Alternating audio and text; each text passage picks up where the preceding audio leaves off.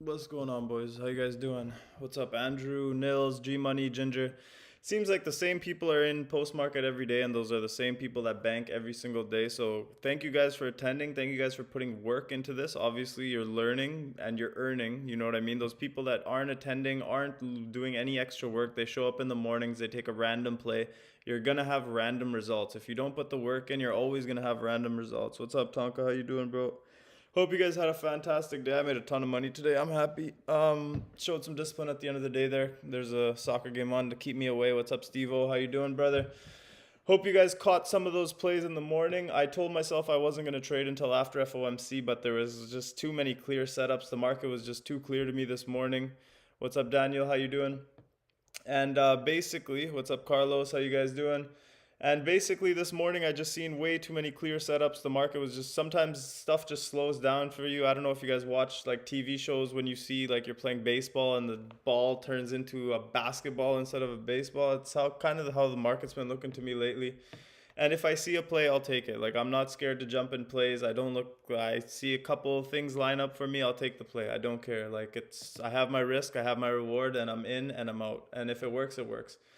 But anyways, moving on. Obviously, Jay Powell said a lot of bullish stuff today. I'll just go over it. If you guys want to, I posted everything that he said bullish in the chat. It's in the earnings and newsletter section that I made the other day. So basically, you open it up. Basically, the number one positive thing that Jay Powell said was a 75-point rate hike is not in consideration at the moment. That's what the market was afraid of. We're only doing 50 basis point hikes. He also said additional 50, what did he say? At the next couple of meetings, 50 basis points are on the table. 75 is not on the table yet. They're saying, what else did they say? They said 200 basis points of tightening is already priced in this year.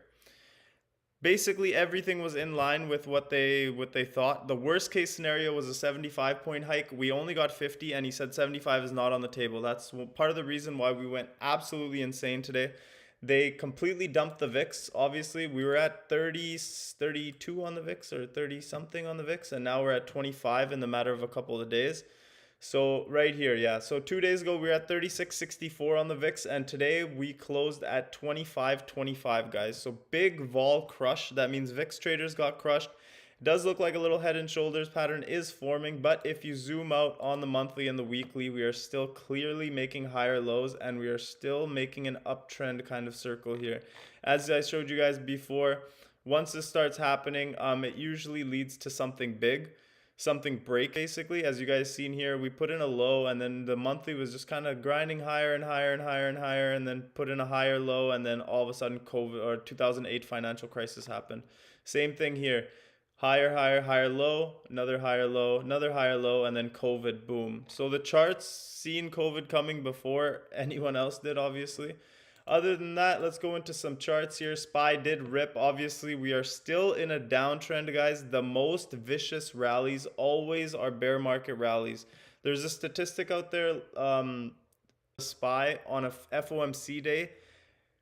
The only time that we've ever done that before was in 2000. That was a dot-com crash. That was obviously a bear market rally. This is obviously a bear market rally.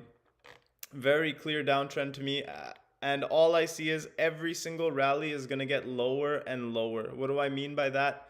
So basically, we can rally for 3 4 days, 2 weeks even, right? But the thing is, every rally is just going to make a new lower high, in my opinion. We're not done this yet. Quantitative tightening is still here to stay. As long as we stay below this trend line, we're still in a very clear downtrend. And if we are even going to go test the trend line, SPY would have to be 462. That's a $33 move on SPY needed to break the downtrend now. Other than that, we just made fresh new lows on the year 2 days ago. And it's just very obviously a bear market rally. Will I fight it? No. Will I play it? Probably, but I will be very skeptical of the moves, and I'll be very quick to take my profits. I'm not trying to time bottoms and tops here at my stock life or in the stock market in general. I'm trying to catch the meat of the move. Today, I've been the most bearish guy that you've probably known since January, but I will play the upticks. Like today, we hit Oxy to the upside. We hit the $60 calls on Oxy for $1.05. Called out by one of my boys that was watching it very, very closely. And we hit him right here. Obviously, we got out for around 30-40%, but who knows what the Fed was going to say. I took my gains, I locked it in, and I moved on. The reason I was so bullish for today, one main reason was Bitcoin. Bitcoin was holding during that whole dump this morning. It's my key indicator for the market. It usually moves before the market. So make sure you're watching Bitcoin. And right now on Bitcoin and on SPX, we're at huge, huge resistances. What do I mean by that? Why is my internet so damn slow today?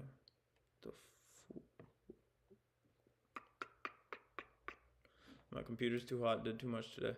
But anyways, Bitcoin, huge resistance here at 40K.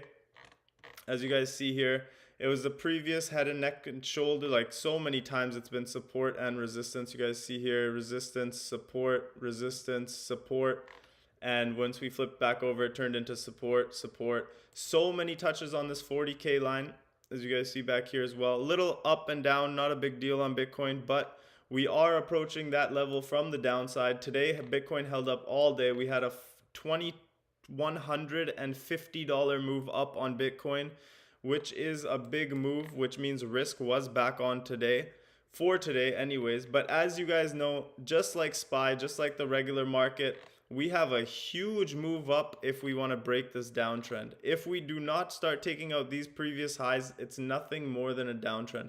The 200-day moving average on Bitcoin is 46,928. Anything below there is a bear market rally in my opinion.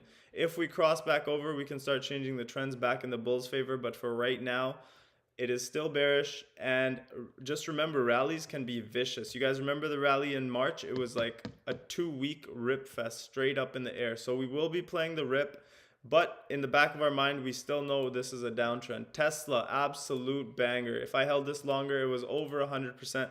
Called out the $1,000 calls basically at the low of the day, guys. Why did I call them out? I had the Bollinger Bands on this, and I was looking at a 15-minute chart. I pointed this out in the chat to G Money. I'm sure he remembers. We were dumping underneath the Bollinger Band all the way here. I called out $1,000 calls for May 13th right here on this candle. I said it cannot stay out of the Bollinger Bands for too long. We got right back in within half an hour and then just never stopped. So what kept me in my trade once we were back in? I flipped over to the hourly chart. All the hourly candles were closing outside of the Bollinger Bands here as well. Then we got back in finally and just went ape. Everyone made money on Tesla that followed me today. What's up, Vinay? How you doing? And just a banger call completely. Like, I mean, Tesla, what follow through, crazy. That's why I love playing Tesla, because if the market does squeeze, one of the fastest moving stocks is Tesla. Other than the indexes, of course, IWM, SPXs, QQQs, they can give you crazy returns same day. But for weeklies and 2 weeks out, Tesla, it's very hard to find a stock better than it for gains, returns. Airbnb, absolutely killer earnings. We got 40% on these calls, or 35% in the morning. I did take an earnings lotto last night, very light. Wasn't a huge win. I don't really care about it, but look where we went and tagged this morning. Right off the 50 and the 21-day moving averages, right at the top of the high of the day. And then right away, we started dumping on it. Right after we sold our calls here for about 30-40%. These went straight down, made a little cup action, and tried to get back to high of day. Could not get back of high of day. Airbnb, great earnings, great company long term. I'm just waiting for an entry on this one. Probably a low 130s or below 130. I like Airbnb for long term. HD. So I did cut the last of my puts. As you guys know, I stopped out of most of my position last week, I believe. Called it out in the group because this chart was set up to either make a big move in one direction. Basically what was happening on HD, there's a huge level here at 193 to 200, going all the way back to August of 2020, so almost a 2-year-old level. And we were just holding on to it for dear life here on the weekly. There was a very clear descending resistance here. We finally made it through today and we closed above it. That's why I stopped out the rest of my position. And now HD actually looks like an A+ setup for a long here. But